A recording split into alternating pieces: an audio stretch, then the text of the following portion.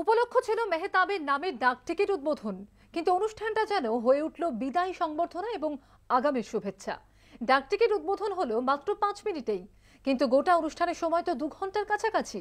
গত মরশুম শুরুতেই মেহতাব জানিয়েছিলেন হয় আই লিগ দেবেন, নয় আর কোনোদিন ইস্টবেঙ্গল জার্সিতে খেলবেন না। কথা রাখলেন হয়তো, কিন্তু সমর্থকদের হৃদয়টা চুরমার করে। মেহতাবকে তো লাল হলুদে তার প্রিয় সমর্থকরা নামই দিয়েছিলেন মিডফিল্ড জেনারেল। ডাকটিকিট উদ্বোধনের অনুষ্ঠানে জমকালো সংবর্ধনা যেন লাল হলুদ জার্সিকে বিদায় জানালেন মেহতাব, যেখানে ইস্টবেঙ্গল সমর্থকরাই ছিলেন না কোনো ক্লাব কর্তা, আর ছিলেন বন্ধু নবী অর্ণব মণ্ডল থেকে প্রতিপক্ষে খেলা শিলটন পালরা, উপস্থিত প্রাক্তন ফুটবলাররাও। আর সেই মঞ্চে মেহতাবের মন্তব্য, ইস্টবেঙ্গল না থাকলে মেহতাবকে পেত না ফুটবল। ইস্টবেঙ্গল ছিল বলে আজকে মেহতাব হোসেন হতে পেরেছে।